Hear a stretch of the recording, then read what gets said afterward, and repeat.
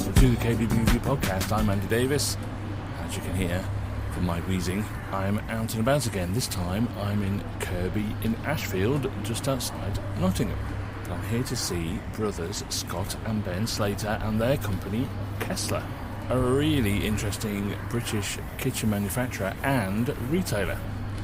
Started about 15 years ago as a straight supplier, and they moved into their own retail franchising brand just a few years ago and now have nearly 20 showrooms across the country. I'm sure you've seen some. As we've discussed on this very podcast before, franchising is really building a significant momentum. Kutchenhaus, Nolte, Schmidt and Magnet, just a few, but Kesseler is slightly different as it is distinctly British. But that's not all. As we will hear, they also run onlinebedrooms.co.uk, an increasingly successful brand that sells fitted bedroom furniture online. So how have they done it? What's their strategy? How do you build a retail brand from scratch? How many Kesseler showrooms do they actually want? What do they think of franchising? We're looking at all of the above today. Such an interesting story from two real forward thinkers, so I can't wait to meet them and find out more. Here are Scott and Ben. Hello, chaps. Hello. Hi. Right, you are brothers, obviously, and you sound basically identical. So forgive me if I just say your name every single time I ask you a question, otherwise it's going to get really, really weird. That's fine. Right, so hello, Scott. Hello. Hello, Ben. Hello. See, exactly the same. Right, so let's get a bit of background here. Well, actually, let's start with a bit of current status of the company, because I think lots of people will know you, they'll have heard of you, but perhaps they might not understand the current scale of the outfit. So can you just give us an idea, who does what, how many franchises you've got, how big the company is, that kind of thing. Give us an idea of scale. Scott, let's start with you. So company, we've got about 50 people entirely, and we've got 17 franchises and growing. We're about 32% up year on year franchise retail sales. But the kitchen franchise bit is not the only part of this business. So Ben, that comes over to you. What's your role in all this? So historically, it was more on the operations side, and when lockdown hit, we launched online bedrooms, and that has been growing from strength to strength since launch, really. We've now got probably around 10,000 rooms under our belt. We're up 46% so far this year, and the train keeps moving.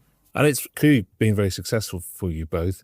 And here in your base here in Nottinghamshire, you have your manufacturing facility here, which is very impressive. And as we've seen today, it's an ultra efficient. You don't have a warehouse, you don't have a store. It comes in, it goes out. It's all very just in time. It's a very cleverly put together model. Right. So that's established where we are. Let's go back to the beginning. What's your background or your individual backgrounds that have got you to the point where you wanted to start a kitchen company? There was no background as such. It was straight out of uni. We were sat around. Family's been in business for many years. It was natural that we're going to do our own thing.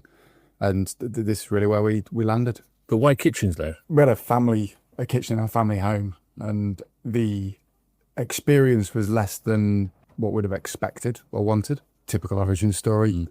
Can we do it better? Where's the opportunity? What can we do that's unique? And that's where it came from. Because the reason I asked this, Ben, is that people come into this arena in two different ways, really. One is that they have a kind of joinery, furniture-based background, and other people come into it in a kind of entrepreneurial business approach, that there's clearly one of these in everybody's homes, therefore there's lots of opportunity in it, and you're clearly coming in from the second route. Yeah. So, what was it about? Was it just about starting your own business? You just wanted to do it and do it together? Why? How did that work out? Realistically, we're always going to go into business of some sort, hence the entrepreneurial channel in, which means that as you're coming out of education and looking for that opportunity, when it slaps you in the face and you think there's got to be a better way of doing this, there's got to be a better feeling that the end customer can have on that journey, and you start to pick at the pain points that you had on your journey, and that's where it all stems from. And was the plan always to do it together? Because if I went into business with my brother, I think we'd kill each other within the first 2 weeks. So was it always a partnership thing, or was it just fall into? I hear that so often. We always ask the question. It's always like a tongue in cheek. Oh, how's that with your brother? And it couldn't be anything but what we do together. We're very, very aligned in pretty much everything. And not to mention that, like, as brothers, the trust that we've got is like unbreakable bond. I think on top of that as well, prior to launching online bedrooms, we'd both had our individual channels within the business. That was where our natural lean was. I was more on the manufacturing operations side. Scott was more on the sales, marketing, branding side. And we largely stayed in our lanes then. And, we talked to each other, of course, about crossing over and advise each other, for want of a better way of putting it. Yeah. But realistically, it was, the decision stopped with the person who was running that channel. And the same thing has evolved forward as the business has grown, evolved. Online bedrooms launching, again, almost a channel each, with strategic advisory to each other in the middle of that. But as Scott said, when you work into a common goal and you've got that trust that you're both rowing in the same direction for the same end results. Yeah, I mean, it's not unusual for family businesses, I suppose. A lot of the time it tends to be a father and son, or husband and wife, or whatever it might be. And to have sort of a pair of brothers come in and do it from the ground up is quite unusual, but not unheard of.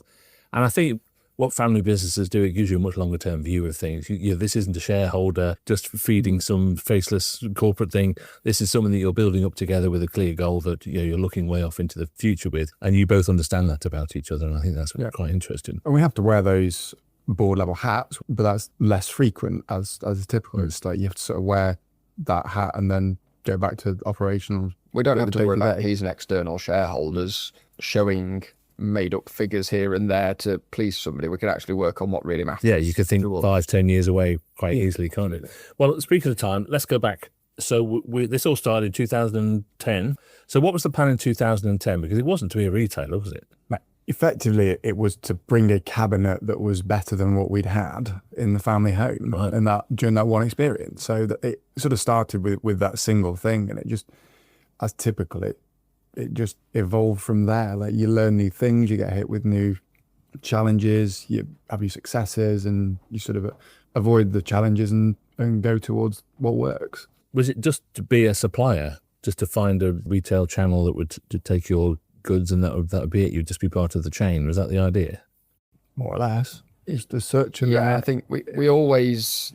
The brand was always the thing. I always wanted that proper British-built brand that was known and recognised. And as we've gone through the journey, we've got to this point where there's only really one way of getting a brand out there, and that's, I believe, what we're doing now, or we literally own our own stores. But I like working with our franchises. They're all great. We've got so many different types of people, and just being able to work with them is a daily pleasure.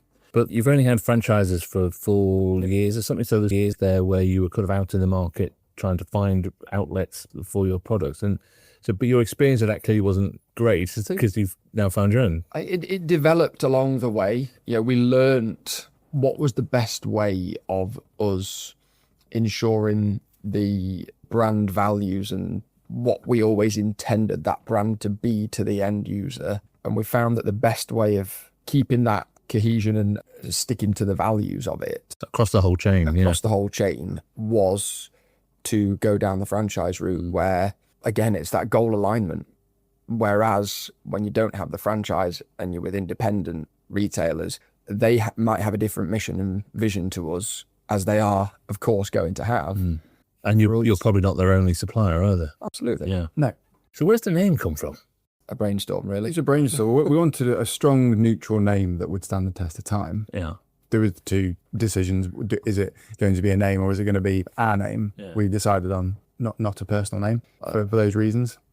I think a lot of the traditional British brands go with the first name, last name, not necessarily of the founder, but you've got lots of first name, last name, traditional British brands out there, and we wanted to be different, but we didn't want to be a person, because then we'd have been more Me Too.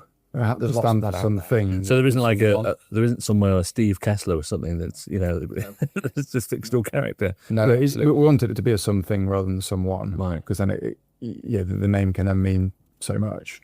But where did that word come from then? What's the origins of it? I wish I could tell you. There is no answer to that. It was just brainstorming, writing out. Because in my head now, I've got that bit, in every series of The Apprentice where they have to come up with the team names. I've got that vision now that you had sort of a whiteboard and you were just randomly writing words down. Effectively. Right. It wasn't a whiteboard, it was a piece of paper, but effectively, yeah. But it goes down the lines of what we still stand for today. It's strong, it's going to last, and it's going to stand for something. But it's literally a made-up word. Fair enough. Yeah. Apple has the same story. Yeah, I suppose so. So we get to 5 years ago, 4 years ago, and you decide that you want to control the whole supply chain from a brand perspective. You want the brand to stand for something, right, all the way from the factory here to the consumer's house. And what were those values that you wanted it to stand for? Did you? I'm assuming you wrote that down on a piece of paper as well. It's like, this is what our brand values and guidelines are. Yeah, yes, we do have those brand values, but more from the sort of, you said the word control. It's much less control. It's more that there's alignment. So yeah, a showroom doesn't have to think about the really important stuff like that. That typically, as if it was an independent retailer, branding, values, all of that work is definitely down the priority list than selling kitchens, installing kitchens, having happy clients. So we like to think that we do a lot of that stuff that would otherwise be less prioritized in a single unit location would be. And again, it comes back to always having that vision of having a strong, recognized brand. And the only way of achieving that is to achieve consistency of what the end customer feels, journey they go through, end result they get. And to do that, things like brand guidelines and the likes, and as Scott said, to take away the actual thought of how do we achieve that as an independent retailer? How do I achieve that? When actually they're trying to build their own brand. They're trying to build their own brand and sell a product, whether it's branded or not, within that. And we particularly want, our name to be the front and centre, because that's where we want to build the value. I mean, journey is probably a better word than control, actually, because what you want is to be on that consumer's journey all the way from beginning all the way to the end, and rather than it sort of stopping at the kitchens leaving the factory, you want to see it all the way through to the end. And I think it's really interesting that you see this more and more, the idea that this is about a brand journey rather than a sort of customer service journey or something. It is about what the brand itself stands for, and you're seeing that more and more with things. So, okay, you decide you're going to go down a franchise route rather than literally buying a showroom and being the retailer yourself. So that must have been a decision that you had to make at some point. Yeah, I mean, we're going through many different independents at the time, and a lot of them are still with us now, and we have great relationships with them. But we did typically what you should do as directors. We looked at who is our best customers, what do they have in common, and then how do we then do more of that? And it was actually the ones that either sole supplied our product and really bought into like what we're about, product, the whole range, and the brand itself as it was then, less so consumer known. And even some of them had the name above the door because they just made sense to them. Just do that, then they don't have to think about it. So we looked at that and said, well, if we just had every customer like that, how easy would life be? So that's why I just looked at it and just thought, let's try and more formalize a way of doing that. And then our marketing team, which is very strong in their own channels, be it performance or brand, then we can do that for them in the background, and then actually that counts for more at the front end. It's interesting, isn't it? Because franchising is gaining a real momentum in this industry in the last few years.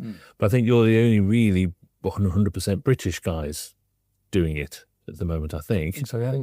That don't have or at least a corporate entity outside the UK. So why do you think that might be? Why has franchising just suddenly become a bit more popular than it's ever? Because over in Europe it's very popular. So why do you think now? I think it was a point we gotten to where if you go too much down one channel, be it all through independence, and then you made a move, that's quite a big shift to make. And actually, sometimes it's just safer to stay in that lane.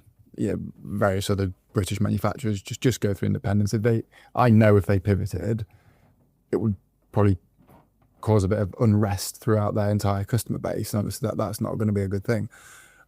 It was a point in COVID, effectively, during sort of that strange time where it was a pivot point to make, and it's almost like when the whole thing changed, the way we live, for that moment in time, that point, it was almost like if there's a point to pivot, it's now. If COVID hadn't happened and would have just gone on, would we have taken that big risk? I say risk, would we have taken that decision to make such a shift change? Possibly not. But it was a point where everything moved. So it's like, okay, if there's a pivot point to make to go down the route that we wanted to take the brand to the consumer, now is probably it. Yeah. It's a really interesting journey. I think, Ben, that you're obviously dealing in a British style, whatever that actually means, kind of kitchen, and you're operating in that arena where there are other quote unquote chains, Tom Howley, Harvey Jones, those kind of guys. But you're the only real sort of direct franchise model. There must be pros and cons to that compared to having a chain of showrooms that you own. I'm very sure that there will be pros and cons to that, because we didn't go down the owned showroom route. I suppose I don't have the contrast on what that is. Is what we do easy? No, it's not. Easy. Yeah, exactly. I think if we'd have gone down the other route, would it have been easy? No. If it was easy, everyone would be doing it. So yeah, I'm very sure that there are pros and cons to it, but I wouldn't be able to tell you what they are. Well, I suppose one of which you are effectively a property company, in that you have a dozen showrooms that you own or lease, or you've got to deal with all that. Whereas, but then equally you own them, so therefore you get every benefit from them. But I suppose the other way is you don't have to invest in any property, but you are working with retailers who own their own businesses. So I suppose that the contrast is you have to develop a much greater idea of cooperation and working together, and creating a family of retailers that all sort of buy into your vision of what Kesseler is, and you're working very hard on that at the moment. I know you're planning a conference and everything for them. So how do you approach that? How do you approach the idea of that you've got to get everyone, lots of independent businesses, all into your family and your vision? I think it does come down to a strong vision that they can fit into, and helping them achieve their goals. And I like the word focus. I use it a lot in leadership meetings, company meetings, or throughout my whole life. Just focus. Like, what is most important for us is making the best product and branding and marketing to the best of our ability. The showroom's focus is designing, selling and installing. So you combine all of those together, you've got a very coherent business, and everybody knows their lane and can focus on it.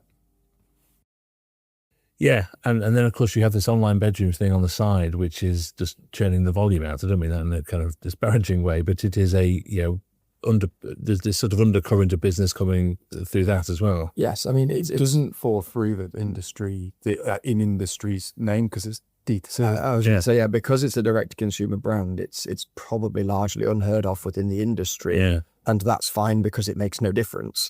The people we want to know about us are our consumers, because we do control the end-to-end there, in so much as we design and supply direct-to-consumer.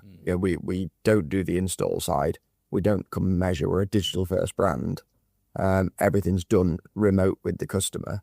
There's a high volume there of the bedroom products. But that you're keeping that factory busy all the time, regardless of, but the vagaries of the kitchen market. There's a steady stream of stuff coming through all the time. It's very clever. I mean, it's such an interesting model, because it's basically all the same machinery and all the same guys, and but they're very sort of independent of each other. So it's very clever.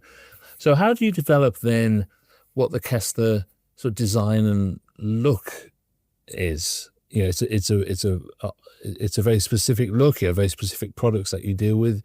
But yes, you say you make them all here yourselves. So how did you develop, as two non-designers, if you like, what the Kesseler? I think a lot of it gets led by the designers in the network. Right. We've got some really talented designers that have done it for a long time, and a lot of the product development it is fed from their feedback. You know, we've as much as you run a sales pipeline of new lead and, you know, design, quoted, sold in real short fashion, we have a product pipeline, and new idea is the same as new lead. In development, launched is effectively like the closing. But that's the community element to it as well, isn't it? The family building thing is that they are feeding you the information as much as you're helping them with your marketing and everything else that goes with being a franchisor. And what was interesting was we talked about this a bit earlier on, but you help them with things like appliances or worktops or sinks and taps, that kind of thing, but you don't dictate to them who they need to supply. It's not part of the deals. They only have to. And that comes back to our job is to help them do their bit as well as possible so that they can make money and have a successful business out of it too. So we don't want to dictate ancillary items to them if they have other ideas on that. And the second we started to dictate exactly, effectively, the furniture is what we're interested in, the rest of it either goes in or on what we do. The second I feel like we'll be dictating what they need to do as far as not our products go, I'm questioning why. Like, what's in it for me? There's nothing in it for me for them to choose one brand over another as such, apart from obviously the relationships that we have with the various names. But, you know, but that's sort of the top level. So the important thing is where we have stricter controls is more down to what's in it for them. Yeah. And what outcome that's going to have for them.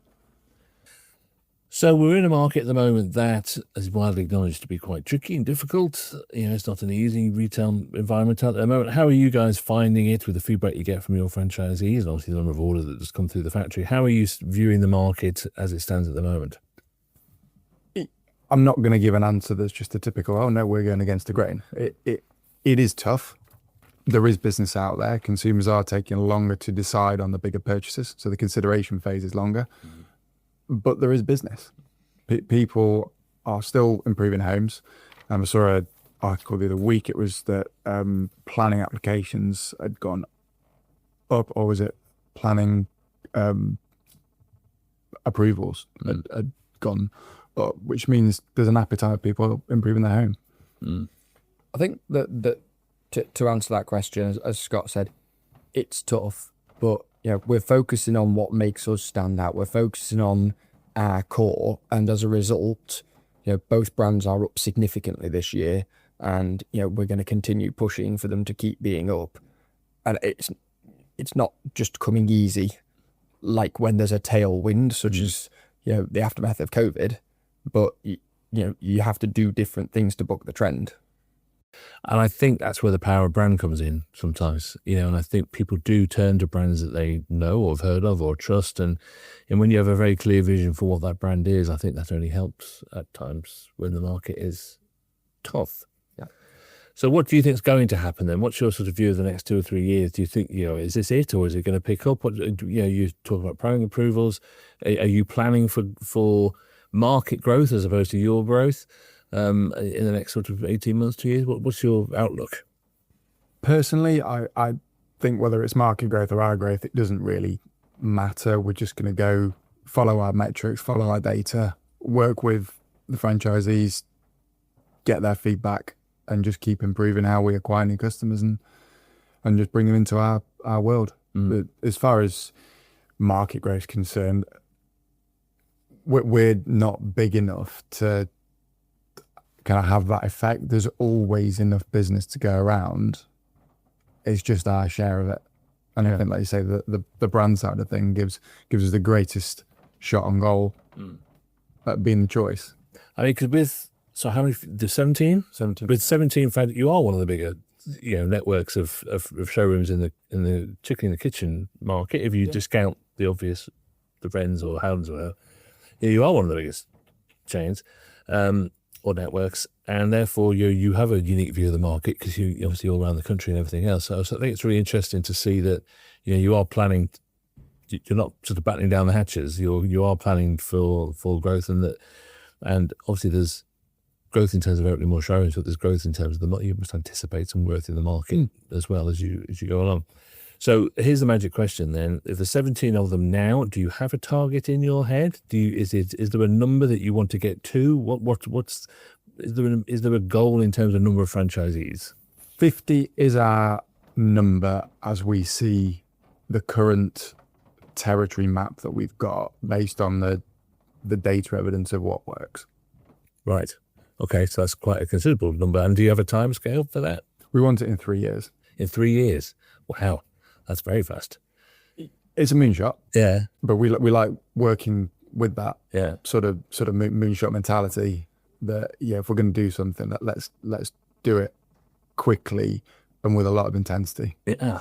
Is there a danger, Ben? I know you must have had this discussion, but is there a danger that you grow, the faster you grow, the less sort of control you have of the system? The infrastructure behind you has to grow at the same speed as the network grows, and that must be a challenge. Absolutely, and that comes down to not just focusing on the front end. You have got to build the infrastructure behind it as you go. We're going to sit here today and say, here's the plan, this is what we're going to achieve. There's going to be changes along the way. We're going to have to learn the bits that we don't know. The unknown unknowns are going to come out as we go along. And, back to the power of two, with both Scott and I, we've got twice as much capacity at the top of the business to drive that. And bringing in as well the quality of the team that we've built and got now that, you met some of our colleagues earlier, they're solid operators and know they're still very experienced in their fields. And it's a pleasure working with them every day, and B, they know their stuff. I suppose that's the trust thing again, isn't it? Because as you scale up, you as the company founders and as the founders of the vision, and you understand this brand better than anybody because you've lived and breathed it since the beginning. You have part of that infrastructure is people that you trust have taken on that vision and concept with you, and therefore, I'm sure there's some questions where you the answer is that's just not a Kesseler thing. It's just not us. And that's a very kind of esoteric sort of thing when you make those decisions, isn't it? There's times when you just go, it just doesn't sound like us. And you've got to pass that knowledge on to other people to make those decisions too. And that's hard. It is hard. And that's guidelines and values is the best way of really doing that. For making a decision that links to our values and to the brand ethos. So, our core values are: we create amazing spaces, we love our customers, and we act decisively. That's the mantra behind the internal values that we will make decisions upon. So as someone, people have come in from the outside of the industry, if that makes sense. I know you've been doing it a long time, but and you're sort of creating a retail vision. What's your view of independent kitchen retail in general? Do you think that it's a particularly forward-looking sector? Do you think there's lots of things that they could do more of or less of that would improve the overall approach? I think going back to kind of why we franchised, I used to hear a lot, we have something for everybody. And that doesn't necessarily give critical focus. And an independent retail store, obviously we work with them every day with the franchise, because that's effectively what they are when all the nuts and bolts are taken out. There's not enough capacity in their business, even in our business, of our size, to focus on everything. So going down to the focus and the niche and just being unbelievably good at serving a particular customer and having that defined, and the products and the supply chain and the whole service and system. So long story short, I think as far as independents go, the greater focus they've got on a specific customer type will allow them to win, because you can't win everybody. Brian, what do you think, Ben? Yeah, I think the the independent space has got some fantastic operators out there who have been doing it a long time.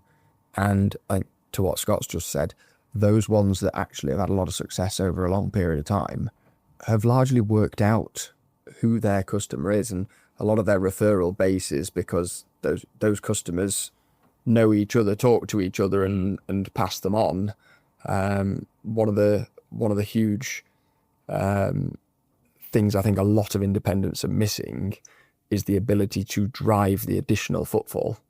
They're either reliant on repeat or referral type business and walk-ins, and a big benefit of being inside our network is driving the new inquiries into them. Because we've got a marketing team. It's not that typically as you either just get referrals or you might hire an agency to do your marketing. We've got the full system end to end. So the CRM system linked with our marketing team that's spending every single day, all day, finding our type of customer, bringing them into our world, having them fill the various forms in and online, plus they've got their own referral system as well. So, but that only works if you, as you quite rightly say, you know exactly who your customer is, the one that you're aiming for, and you've defined them, and B, that you have a very strong brand that you are, catapulting out into the world, and they are the mechanism of which is a marketing team, but you've got to have something to work with in the first place to get out there with. And I think we in this series actually of interviews that I've done for this podcast so far this season, brand has come up time and time again more than it's ever come up in the long time that I've been covering this market. The power of a brand, understanding your market and what that brand stands for, is actually really such a powerful thing. And if you sort of built one from scratch, it's hard to turn around a brand that's been around for 50 or 60 years or whatever it is. But, to take a brand like yours and to sort of know what it is before you project it out into the world, I think is really powerful. Yeah, I think some of it probably did just come from just doing it. And then it's kind of found its way. And then we're going to we stamp on that because this was the evidence that led us to that. Nobody ever learned to swim from reading a textbook. Yeah. They had to jump in the water at some point. Yeah, but but there's still a gut feeling element to it as well, because it's your company and you've built this together, and there's still a gut feeling that comes from just you two that says that feels right and that doesn't. You get the gut and then let data back it up. Right. So the franchising idea, was it a gut feel? Yes. And I went to the evidence. It's like, okay, yeah, the sort of metrics behind it made absolute sense to us and to the showrooms. It's a brilliant story, and I wish you all the luck with it, because there is the industry is shifting and it is changing, and I think it's guys like you that are showing how the future will probably map itself out. So look, thank you so much for the time today. Thanks so much for showing me around. It's been so interesting, and hopefully we'll talk again soon, and we'll see whether you've hit that 50. Thank you for taking the time. Thanks for having us on the show. Cheers.